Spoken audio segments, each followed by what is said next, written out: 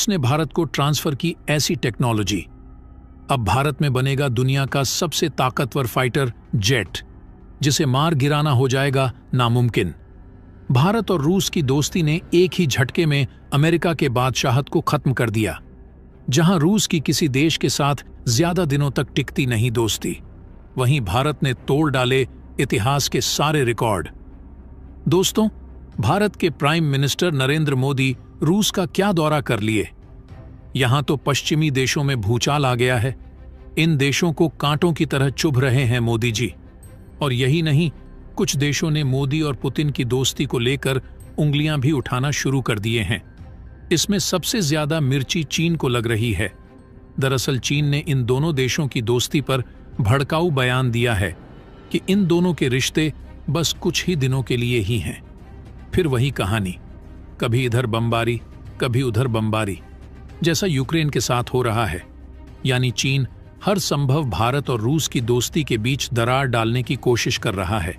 भारत और रूस के बीच एक ऐसी दीवार खड़ी करना चाहता है जो रूस और भारत को हमेशा के लिए अलग कर दे। लेकिन आपको बता दें कि चीन के भड़काऊ बयान से भारत को कुछ भी फर्क नहीं पड़ा। उल्टा भारत ने चीन के द्वारा खड़े किए गए इस दीवार के नींव को ही उखाड़ कर फेंक दिया, ताकि दोस्ती के बीच में कोई अपने भड़काऊ बयानों से दीवार खड़ी ना कर सके। दोस्तों, भारत और रूस एक साथ होकर इन सभी देशों का भूत निकालने वाले हैं। दरअसल दोस्तों, पिछले 2.5 सालों में रूस के खिलाफ जो भी एक्शन लिए गए, जो भी सैंक्शन लगाए गए, रूस को नुकसान पहुंचाने के लिए, रूस को गिराने के लिए, उसे सिर्फ एक सिग्नेचर से डिस्ट्रॉय किया जा चुका है। इनकी सारी स्ट्रैटेजी एक झटके में भारत और रूस ने मिलकर फेल कर दी हैं। जी हां, बता दें कि पश्चिमी देशों को मिर्ची इस बात की लग रही है कि रूस ने भारत के साथ इतने मजबूत रिश्ते क्यों बना लिए। रूस ने हमसे तो कभी इतने मजबूत रिश्ते नहीं बनाए, तो फिर इस भारत के साथ इतना क्यों घुल मिल रहा रूस। मोस्टली रूस किसी भी देश को टेक्नोलॉजी ट्रांसफर करता ही नहीं है, तो भारत ने रूस को ऐसा क्या मंत्र फूंक दिया है जो रूस टेक्नोलॉजी ट्रांसफर ही नहीं कर रहा है। साथ ही साथ भारत में आकर दुनिया का सबसे ताकतवर फाइटर जेट भी बनाने के लिए तैयार हो गया है। तो दोस्तों, पूरी खबर क्या है, सबूत के साथ इस वीडियो में मैं आपको बताऊंगा। लेकिन उससे पहले भारत और रूस की पक्की दोस्ती के लिए इस वीडियो पर एक लाइक तो बनता है। फटाफट वीडियो को लाइक कर दीजिए। दरअसल आप वीडियो के स्क्रीन पर देखिए, एक खबर सामने निकल कर आ रही है। दरअसल 2 दिन पहले पीएम मोदी का रूस दौरा हुआ था। उस दौरान बहुत सारी डील और बहुत ही बड़ी बड़ी डील हुई, और उन डील की डिटेल्स अब एक एक करके निकलकर सामने आ रही है। और आज इन्हीं में से एक ऐसी डील की खबर सामने आई है जिसे देखकर आपका सीना गर्व से चौड़ा हो जाएगा, और आप लोग यही कहने लगोगे कि ये डील नहीं, ये एक डिप्लोमेटिक मास्टर क्लास है। अब क्या है ये डील, तो आपको बता दें। दरअसल भारत और रूस मिलकर सुखोई फाइटर जेट को भारत में बनाएंगे, मैन्युफैक्चर करेंगे और फिर उसे दूसरे देशों को बेचेंगे, और जो भी इससे प्रॉफिट होगा दोनों देश आपस में मिलकर बांट लेंगे। अब आप कहोगे इसमें कौन सी बड़ी बात है, ऐसी डील तो भारत और रूस ने पहले भी करी है, तो बड़ी बात है। दरअसल इस डील के पीछे जो पूरी कहानी है वो आप जान लीजिए, आप खुद समझ जाओगे कि क्यों ये बड़ी बात है।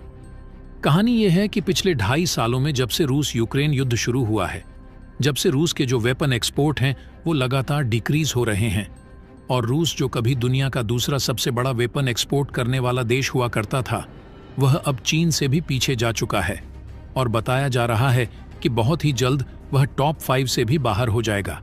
और उसका मेन कारण है रूस पर लगे सैंक्शन। दरअसल रूस पर इतने सैंक्शन लगे हैं अमेरिका द्वारा कि अब कोई भी देश रूस से वेपन खरीदने की डील नहीं कर रहा है, जिससे कि उसके वेपन एक्सपोर्ट गिर रहे हैं, और इसका इफेक्ट पड़ रहा है रूस की पूरी वेपन इंडस्ट्री पर। क्योंकि चाहे रूस हो, अमेरिका हो या दुनिया का कोई भी देश, सबकी सेनाएं मजबूत बनाने का एक ही तरीका होता है। ये देश वेपन बनाते हैं, फिर उन्हें बेचते हैं। दूसरे देशों को उससे जो कमाई होती है उससे और डेंजरस वेपन बनाते हैं। रूस का भी यही फॉर्मूला था, वह वेपन बेचकर मुनाफा कमाता था और उससे फिर और खतरनाक वेपन बनाकर अपनी सेना को मजबूत बनाता था। लेकिन अब क्योंकि उसके पास ये मुनाफा नहीं आ रहा है, तो उसका नुकसान भी हो रहा है। और साथ ही यह भी ध्यान रखिए कि जब आप किसी देश को वेपन बेचते हैं तो उस देश के साथ आपके रिलेशनशिप भी मजबूत होते हैं। ऐसे में रूस के एसोसिएट देशों की संख्या भी घट रही है। इस चीज को लेकर पश्चिमी देश और खासकर कि अमेरिका अपनी खूब पीठ थपथपा रहे थे, क्योंकि उन्हें लग रहा था कि रूस, जो कि इतना बड़ा मार्केट में प्लेयर है वेपन बेचने का, हम उसे मार्केट से बाहर कर रहे हैं, जिससे कि रूस का नुकसान तो हो ही रहा है, रूस कमजोर भी हो रहा है। और साथ ही जो देश पहले रूस से वेपन खरीदते थे, अब वो हमसे वेपन खरीद रहे हैं। यानी कि एक तीर से तीन तीन निशाना ये लोग लगा रहे थे। लेकिन अब हाल ही में पीएम मोदी के रूस दौरे पर दोनों कंट्री के बीच में ऐसी खूब डील हुई है, जिसके तहत भारत के अंदर रूस अपने वेपन मैन्युफैक्चर करेगा और भारत के हाथों में टेक्नोलॉजी भी ट्रांसफर करेगा। अब यहां पर सबसे बड़ा सवाल यह है कि इसके बदले में भारत को क्या मिलेगा। तो दोस्तों, आपको बता दें, जो वेपन बिका करेंगे उसका जो मुनाफा होगा उसमें भारत की हिस्सेदारी होगी। साथ ही जो वेपन रूस बनाएगा उसकी फुल टेक्नोलॉजी भारत को मिलेगी और इसकी शुरुआत होगी रूस के Su-30 फाइटर्स जेट से। आपको बता दूं कि ऑलरेडी भारत की HAL कंपनी Su-30 को भारत में मैन्युफैक्चर करती है, इंडियन एयरफोर्स को उसे देती है। लेकिन रूस ने अभी हमें सिर्फ इंडियन एयरफोर्स के लिए सुखोई 30 को भारत में बनाने का लाइसेंस दिया था। लेकिन अब जो लाइसेंस रूस देगा वह ग्लोबल एक्सपोर्ट का होगा, यानी अब भारत पूरी दुनिया को यह बेच सकता है और इससे अच्छा खासा मुनाफा कमा सकता है।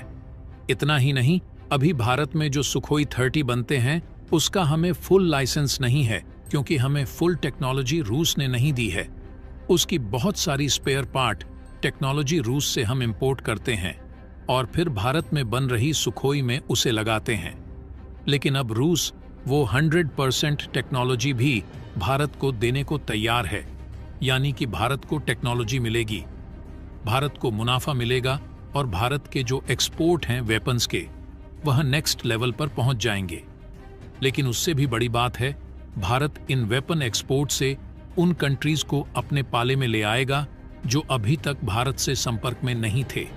यानी कि जब आप किसी देश को हथियार एक्सपोर्ट करते हैं, मान लीजिए हम इंडोनेशिया को सुखोई 30 बेच रहे हैं, इसके अलावा कुछ और बड़े वेपन हैं जो रूस भारत में बनाकर भारत से इंडोनेशिया को बिकवा रहा है, तो इससे भारत को फायदा ये तो होगा ही कि पैसा वगैरह हमें मिलेगा, हमारे एक्सपोर्ट बढ़ेंगे। उससे भी बड़ा फायदा ये होगा कि इंडोनेशिया आने वाले 30 से 40 सालों के लिए भारत पर डिपेंडेंट हो जाएगा, अगर उसे ये सुखोई चलाने हैं या बाकी के वेपन चलाने हैं। 30 से 40 सालों के लिए तो उसे भारत से स्पेयर पार्ट चाहिए होंगे, भारत से अलग प्रकार की सर्विसिंग, मेंटेनेंस की सर्विस चाहिए होगी। इसके लिए उसकी मजबूरी होगी कि वह भारत से अच्छे रिलेशनशिप बनाकर रखे। इसीलिए वेपन्स को एक ग्रेट टूल कहा जाता है डिप्लोमेसी का। वहीं इस डील से नुकसान हो रहा है पश्चिमी कंट्रीज का, लेकिन सबसे बड़ा नुकसान होगा चीन को, क्योंकि भारत से जब रूसी वेपन बनकर एक्सपोर्ट होंगे दुनिया में, तो जिन कंट्रीज को बेचा जाएगा वह भारत के पाले में आएंगे। इसके अलावा भारत के एक्सपोर्ट इतने बढ़ जाएंगे कि हम चीन को भी फेल कर देंगे और चीन की जो वेपन्स की डिप्लोमेसी है हम उसे भी तोड़ देंगे पूरी तरीके से।